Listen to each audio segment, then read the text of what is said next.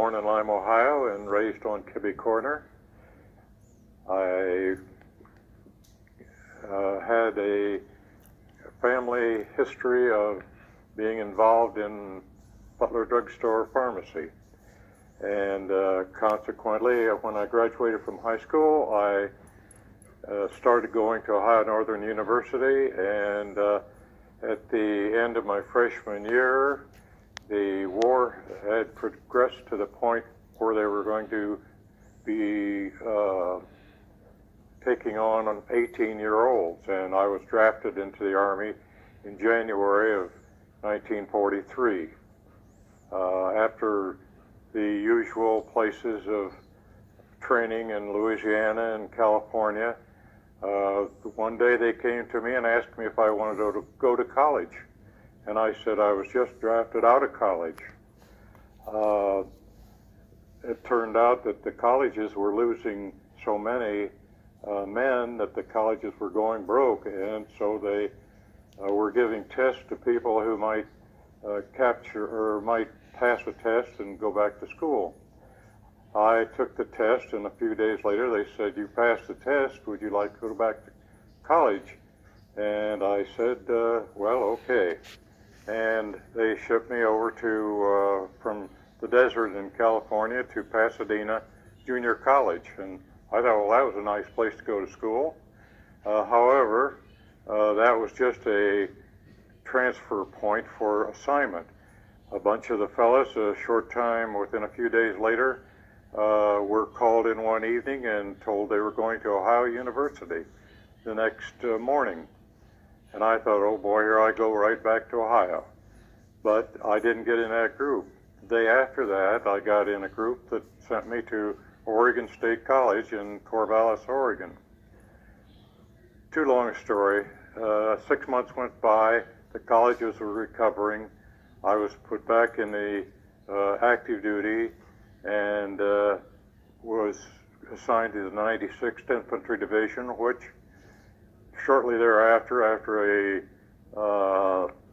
period of training in the Marine camp down in San Diego area of California, we went overseas, had training in Hawaii, and then came the big day to get on a ship that was going to take us to our first invasion. We ended up across the border for a while,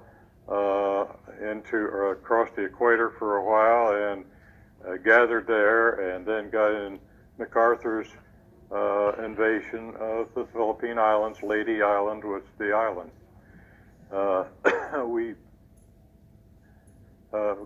I was there on D-Day. We suffered some of the problems with the Navy and almost got kicked off of Leyte Island, but our Navy put a stop to that. Leyte was secured.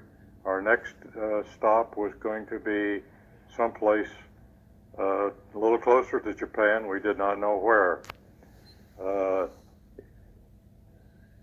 But we found out on Easter Sunday morning, April 1st of 1945, we landed, and I was in the second wave going into Okinawa.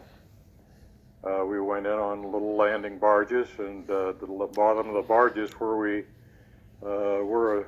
went ashore were loaded with boxes of things that I found out were artillery shells and cannon shells and that sort of thing.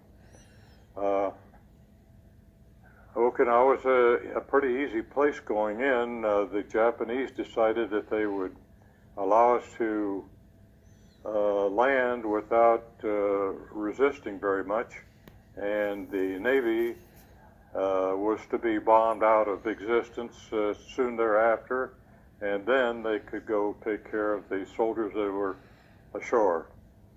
That was from April 1st till May 21st. I was strafed by, I think, friendly fire. I was in a weapons carrier ambulance at the time that was close to the front. Weapons carrier was at a quarter-ton panel truck type affair. Of the 9 of us in the truck, 4 were killed, and 3 of us were injured, and the other 2, one of them had gone over to tell another one of the ambulances that we were going to go back behind the lines for the rest of the evening, the rest of the night. Nothing moved at night. We were always in trenches. While we were sitting waiting to go tell the fellow to bring that ambulance back, we were strafed, and I was injured rather severely in a hospital, in a tent hospital on Okinawa 3 or 4 days, and put me and some other bunch of wounded, all they could get onto a hospital plane back to Guam. I was in a Navy hospital on Guam for 3.5 months. During that time, the atom bomb dropped, thank goodness. The war ended, and I got back to active duty, went down to the Koror Islands in the Caroline Islands, I think it was, Koror and Babelthorpe, where the Japs still had bases, and during the time that we were disarming them, I got enough points to go home, and I asked my captain if I could get on the ship that was out there, and I heard was heading back to the States. And he says, if you can get on the boat, you go ahead. And I managed that and got home December of 1945. Long story, but that's what happened. Thank you.